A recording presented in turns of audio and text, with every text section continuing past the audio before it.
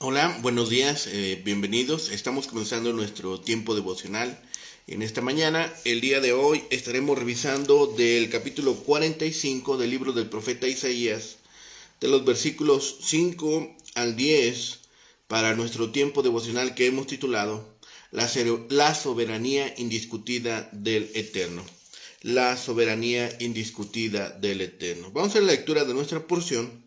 Recuerden que estamos leyendo la Nueva Traducción Viviente para nuestro tiempo devocional. Dice la palabra de Dios, versículos 5 al 10 del capítulo 45 del profeta Isaías. Yo soy el Señor, no hay otro Dios. Te he preparado para la batalla, aunque tú ni siquiera me conoces, para que el mundo entero, desde el oriente hasta el occidente, sepa que no hay otro Dios. Yo soy el Señor y no hay otro. Yo formo la luz y creo las tinieblas. Yo envío los buenos tiempos y los malos. Yo, el Señor, soy el que hace estas cosas. Ábranse, oh cielos, y derramen su justicia. Que la tierra se abra de par en par, para que broten juntas la salvación y la justicia. Yo, el Señor, las he creado. ¿Qué aflicción espera a los que discuten con su Creador? ¿Acaso discute la olla de barro con su hacedor? Reprocha el barro al que le da forma diciéndole, detente, lo estás haciendo mal. Exclama la olla, qué torpe eres. Qué terrible sería si un recién nacido le dijera a su padre, ¿por qué nací? O le dijera a su madre, ¿por qué me hiciste así? Jehová es el creador único, creador de todo. Esta es la verdad que se enfatiza al principio, en medio y al final de esta porción. Jehová es el creador de Israel. Él es el alfarero que formó Israel y el padre que lo engendró. Por eso, sus criaturas no debían discutir con él por escoger un rey pagano para llevar a cabo sus planes. Algunas versiones llevan la frase en el versículo 7, creó el mal, lo que puede crear dificultades. Tengamos en cuenta que las escrituras enseñan siempre que el mal moral en el mundo, o sea el pecado, fue introducido por Satanás, pero Dios ordena las consecuencias del mal de tal forma que lo que lo siembra segará calamidades. He aquí el sentido en que la frase ha de entenderse, que cuadra perfectamente con el contexto que ya se presentan aquí las obras de Dios en su providencia. Entonces pensemos que crea la adversidad. Obra propia de Dios es la de crear la salvación y la justicia, que en su día brotarán como las ricas cosechas de una vega fértil después de las lluvias de primavera. Es así que pensemos en la deidad preeminente de Dios. Jehová y los infieles, Jehová y este pueblo que ha sido rebelde, porque Israel se atrevía una y otra vez a murmurar contra Dios y a criticar sus obras. Y aquí reciben una reprensión que se asemeja al que vimos en el capítulo 28, citada por Pablo en Romanos 9:20. ¿Podría el tiesto quejarse al alfarero de la forma en que éste lo está conformando? ¿Podría la maceta, el jarrón, decirle a su creador que lo está haciendo mal? Claro que no. ¿Cómo pensamos nosotros quejas al creador, siendo éste infinitamente superior en su obra de sabiduría y poder? No es posible que nosotros entendamos siempre los caminos de Dios, pero podemos confiar en que la sabiduría infinita de Dios no ha de errar, estando seguros de que el amor infinito no nos ha de dañar. En Dios tenemos al Dios Todopoderoso, al Señor de todas las cosas, al Señor del universo. Dice en el versículo 5, no hay Dios fuera de mí. Es el tema de estos versículos. La promesa de Dios es, yo te ceñiré, aunque tú no me conociste. Bien, esta porción podría llevarnos al tema familiar de Isaías de la ceguera de Israel en cuanto a Dios. Puede insinuar también la naciente conciencia mesiánica de Jesús, para que sepas, para que conozcas, para que sepas desde el nacimiento del sol hasta donde se pone que no hay más que yo Jehová y ninguno más que yo. Pero Isaías no hubiera esperado que un rey pagano como Ciro diera a conocer al mundo la preeminencia del Dios de Israel. Sin embargo, el Dios de la creación, que separó la luz de las tinieblas, que trae bienestar para sus amigos y maldición para sus enemigos, propone ahora que su conocimiento ha de cubrir la tierra. Para este fin se da el salmo de gozosa oración, que anticipa un tiempo en que los cielos abiertos destilen justicia y la tierra se abrirá para ver a los muertos resucitar para salvación. Entonces los ricos frutos de la tierra serán la salvación y la justicia, todo como resultado de la actividad creadora del Dios eterno y viviente. Los términos hebreos justicia, seket y salvación, sedaká, tienen especial referencia al bienestar espiritual que prevalece como una cualidad de la personalidad humana. Notemos el juego de palabras que hace Isaías. Es pertinente preguntar cómo pueden estas bendiciones espirituales atribuirse a la actividad de Ciro, el rey persa. Solo el verdadero Mesías de Dios trae salvación. Es aquel que cumple verdaderamente las promesas de Dios a su siervo fiel. Por eso Ciro es llamado Mesías, pero es un Mesías parcial, es un Mesías incompleto. El verdadero Mesías es Cristo Jesús, quien completará la obra, quien completará las profecías, lo que se ha dicho de este Mesías de Dios. El tema en este capítulo 45 sigue siendo la soberanía indiscutida del Eterno. Dios no responde ante sus criaturas. Nadie puede desbaratar el plan de Dios para Israel. Cuán impropio es que el barro le grite al alfarero: ¿qué estás haciendo? Este tiesto, esta jarrón, indicaría un frágil mortal. Según Génesis 2:7, el hombre fue formado de arcilla. Sería extraño que un hijo preguntara a su padre por qué lo engendró, o una mujer por qué dio a luz. Pregunta un recién nacido a sus padres por qué lo trajeron al mundo. El que murmura contra la divina providencia es culpable de tal insensatez. Es aquí donde nuevamente se vuelve tan contundente la palabra como en Génesis. No hay otro Dios sino Jehová. Nada se hace sin él. Hace la paz, todo lo guía para bien. Crea el mal, no el mal del pecado, sino el del castigo. Es el autor de todo lo verdadero, lo santo, lo bueno y feliz. El mal, el error y la miseria entraron al mundo por permisión suya a través de la voluntaria apostasía de sus criaturas, pero están restringidos y regidos por sus justos propósitos. Esta doctrina se aplica para consuelo de los que anhelan con sinceridad y quietamente esperan la redención de Israel. Aquí se tiene en vista principalmente la redención de los pecadores por el Hijo de Dios y el derramamiento del Espíritu para dar éxito al Evangelio.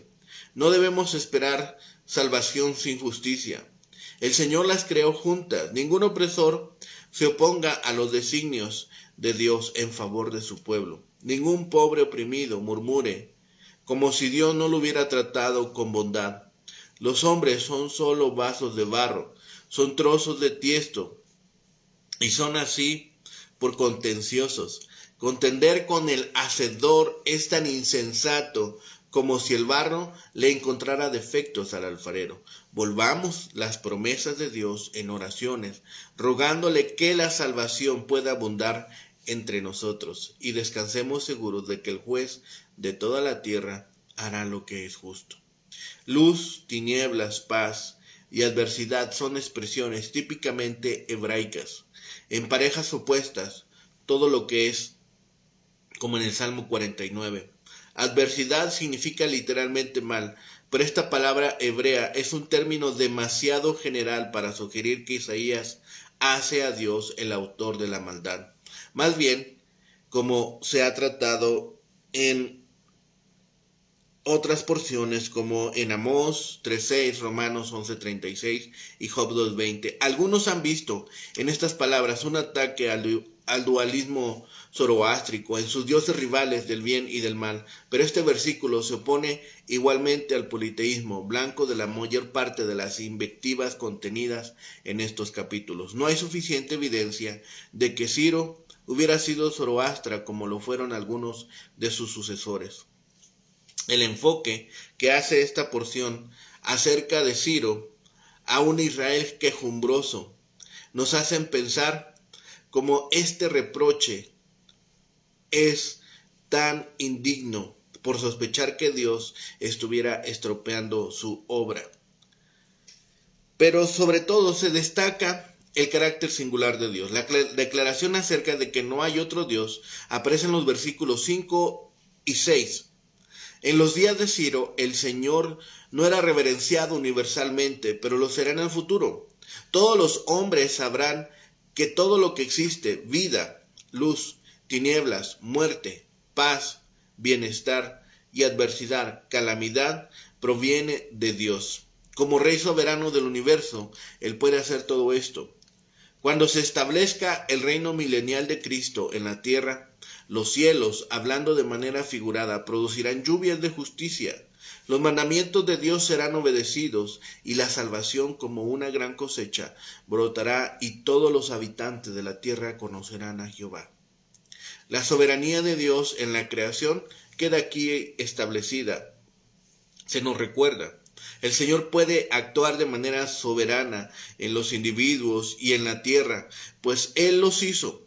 Cuando una criatura se atreve a reclamar algo a su Creador, se arriesga a recibir una sentencia condenatoria de parte de Dios. Si el versículo 7 nos presenta dificultades, hago la paz y creo la adversidad. En su sabiduría, el Señor permite que la adversidad le sobrevenga incluso a los suyos. Job es un ejemplo de primer orden. Él perdió sus posesiones, su familia y su salud. Por otra parte, Dios le concedió a Abraham gran riqueza. Él permite que sobrevenga la adversidad sobre muchos y al mismo tiempo les da prosperidad a muchos otros. Ese patrón ha persistido a través de los siglos. Los cristianos son llevados a la muerte por su fiel testimonio, mientras que muchas veces los incrédulos prosperan. Dios afirma que Él hace todas esas cosas. Puede que nos sintamos confundidos por la manera como Él hace las cosas en nuestro mundo y en nuestra vida. Pero ya sea que traiga prosperidad o que permita la desgracia, Él hace todo muy bien de su pueblo. Él hace todo bien por su pueblo, por la nación escogida. Así lo ha prometido. A los que aman a Dios, todas las cosas los ayudan a bien. La más grande de las bendiciones trasciende la prosperidad y la catástrofe. Dios derrama ricas bendiciones de su gracia en Cristo por toda la tierra.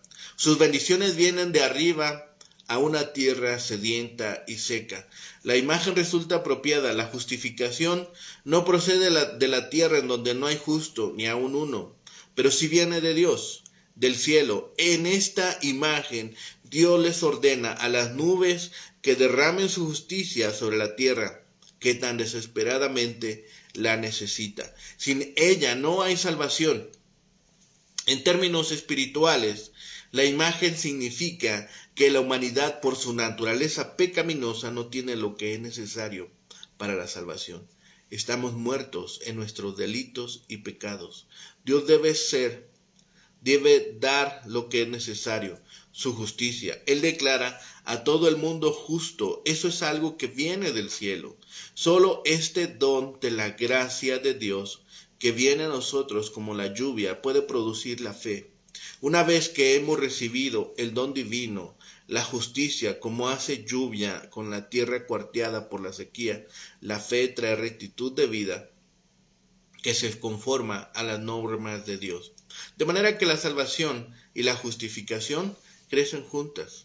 Dios es el responsable de todo esto. Este es su gran regalo para la humanidad, como lo es la lluvia para una tierra seca y yerma. La obra de Dios se llevó a cabo entre las quejas y las preguntas de su pueblo. Consideremos a quienes vieron destruidos a Jerusalén y al templo, y la angustia de ver y soportar a los ejércitos extranjeros, devastar tanto lo que ellos amaban. Consideremos a los exiliados, a quienes los soldados extranjeros obligaron a marchar en calidad de esclavos rumbo a Babilonia a través del desierto. El pueblo de Dios tiene que haberse preguntado con frecuencia qué estaba haciendo su Dios. Igual de haber pensado los que regresaron a Palestina 70 años más tarde, cuando sus enemigos les hacían la vida difícil y les impedían reconstruir su país. ¿Por qué todo este dolor y sufrimiento?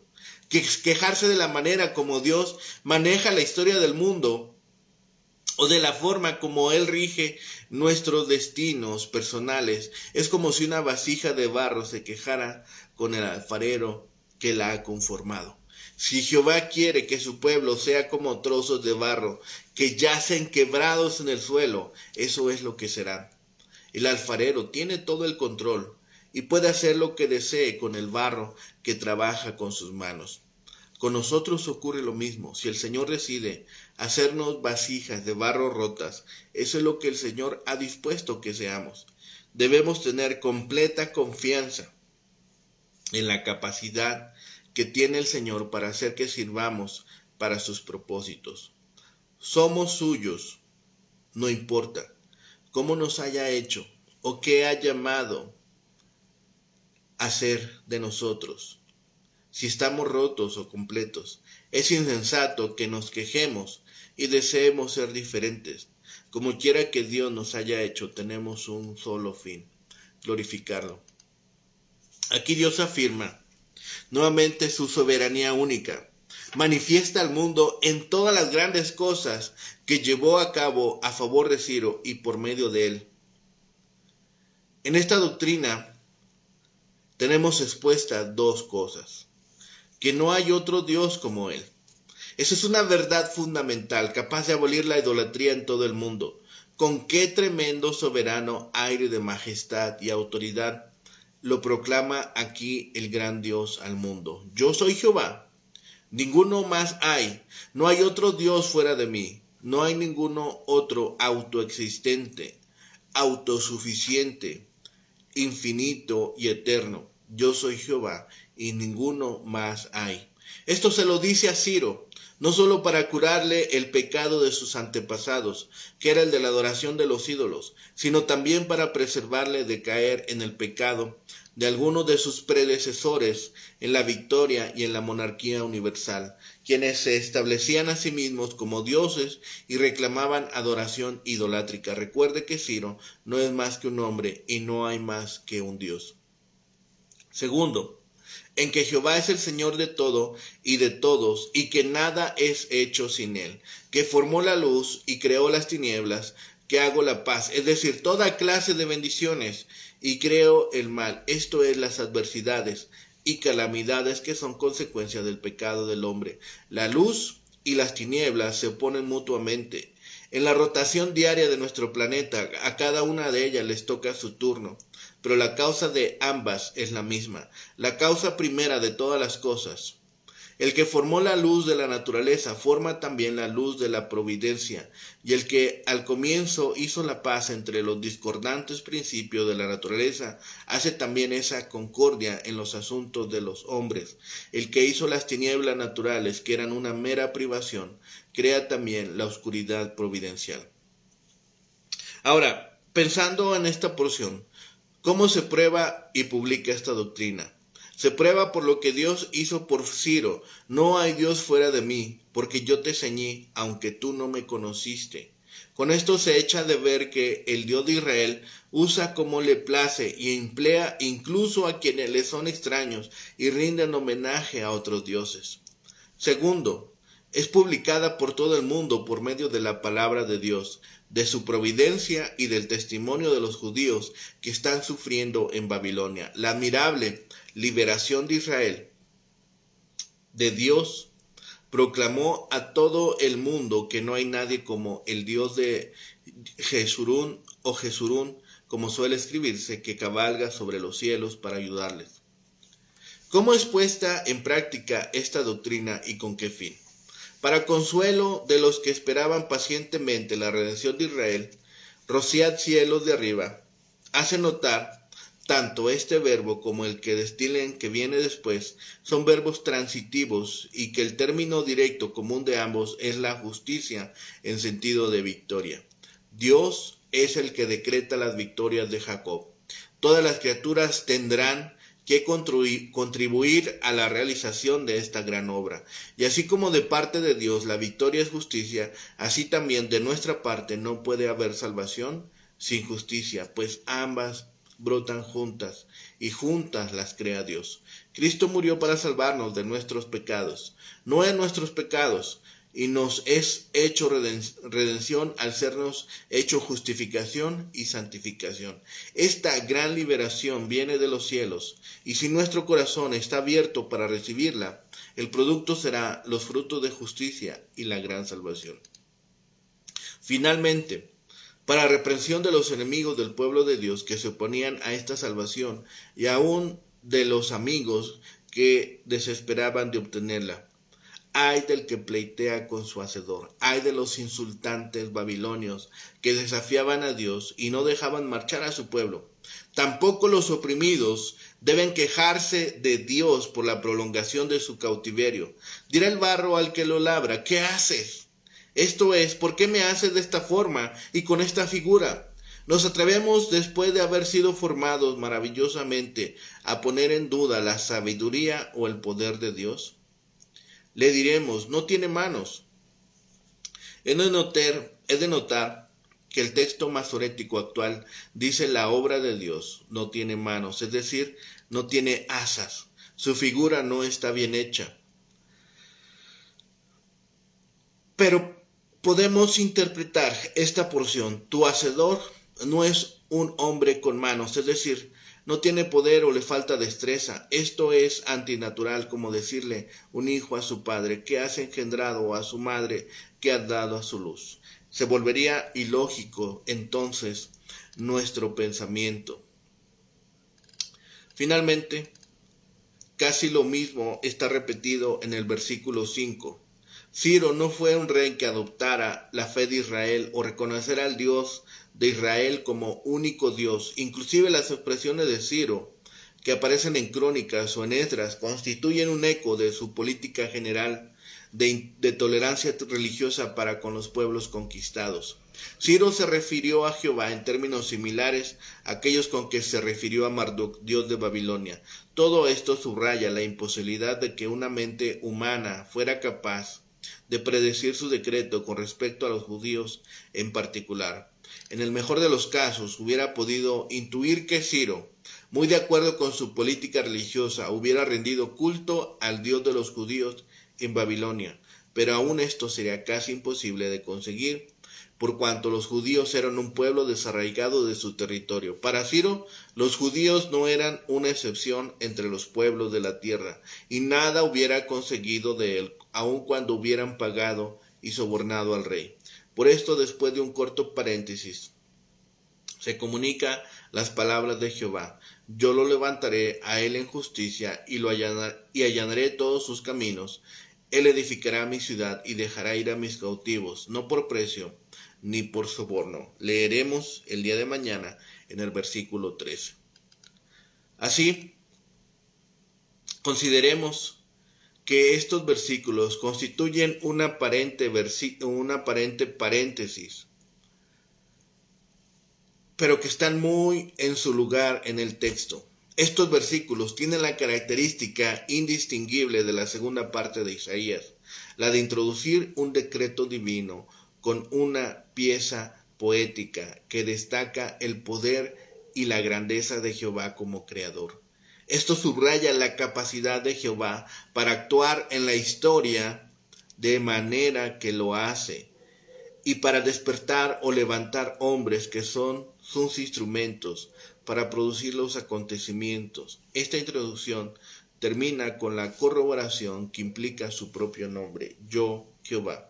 El anuncio profético acerca de Ciro no fue del todo bien recibido por muchos judíos. Llamar a este rey ungido de Dios, pastor, o aquel a quien Jehová ama, y que del Mesías, hijo de David. Ciro no puede ser un instrumento de redención para el pueblo de Israel, pues contradice todas las expectativas del pueblo. Sin embargo, Dios aboga por su plan soberano para la historia universal. Pensemos finalmente en la justicia y la salvación. En el libro de Isaías se usan como sinónimos estas palabras, justicia y salvación. En el antiguo Medio Oriente la gente solía creer que la fertilidad de la tierra y la mantención del orden social dependían de la relación directa del rey con las deidades. En este caso, los cielos llenarán de bendiciones en la tierra gracias a que Ciro fue ungido por el verdadero Dios. Este epílogo que aparece aquí nos debe llevar a pensar que Dios gobierna sobre luz y tinieblas, sobre paz y adversidad. Nuestras vidas están salpicadas de ambas clases de experiencias y las dos hacen falta para crecer espiritualmente. Cuando vengan los tiempos buenos, demos gracias a Dios y utilicemos nuestra prosperidad para Él. Cuando vengan los tiempos malos, no nos resintamos, sino preguntemos qué podemos aprender de esa experiencia purificadora para ser un mejor siervo de Dios, para ser un mejor hijo, para ser un mejor esposo, para ser un mejor compañero. Pensemos en todo tiempo en lo que Dios ha hecho por nosotros, por lo que hace y por lo que hará. Tenemos certezas en lo que finalmente hará por nosotros. Así que trabajemos con lo que Dios está haciendo y con lo que Dios ya hizo, caminando en confianza hacia ese futuro que Dios ha preparado para nosotros. Y empecemos a trabajar de una manera más digna, de una manera más correcta, de una manera más completa en todas las cosas que Dios demanda de nosotros. Seamos hijos obedientes, seamos siervos obedientes, seamos discípulos dispuestos a caminar por donde ha caminado el Maestro y sobre todo recordemos que todas las cosas están en manos de Dios. Pongámonos en sus manos y confiemos en Él. Oremos. Bendito Padre y Señor, gracias te damos, Señor, por tu bondad, por tu amor, por tu misericordia, Padre. Ahora clamamos a ti, Señor, en este tiempo, porque hay dolor, porque hay sufrimiento, porque hay enfermedad, persecuciones, Padre. Sabemos que algunas de estas cosas nos parecen difíciles, nos parecen complicadas, Señor, perder a nuestros seres queridos, a los seres que amamos, a aquellos que están en alto en nuestro corazón, sufriendo, siendo extraviados, Señor, siendo perseguidos, mutilados incluso. Señor, ponemos en tus manos sus vidas, danos a nosotros de tu paz, de tu tranquilidad. Permite que tu palabra inunde nuestros corazones, nuestras mentes y nuestro espíritu, Señor, y encontremos en ti el perfecto consuelo. Señor, sosténnos con tus manos, no nos dejes caer, no abandones, Señor, nuestras vidas a la iniquidad, ni permitas que nuestro pie resbale. Padre bendito, Señor, ponemos todas las cosas en tus manos, confiamos nuestras vidas, nuestras familias, lo que tú nos has permitido hacer, Señor, guarda tu obra, prospera, Señor, tu reino, y que tu palabra, Señor, sobreabunde en nuestras vidas, que tu amor nos llene, Señor, y nos sostenga en todo tiempo. Gracias, Padre, por todas las cosas que has hecho en nuestra vida. Gracias, Señor, por las que sigues haciendo. Y gracias, Padre, por las que ya has preparado para el futuro. Señor, todo lo ponemos en tus manos. Todo clamamos a ti y en todo dependemos de tu sabiduría, de tu majestad y tu poder. Y todo lo rogamos y pedimos en el bendito nombre de Cristo Jesús, Señor y Salvador nuestro. Amén. Que tengan un excelente día. Que el Señor les bendiga.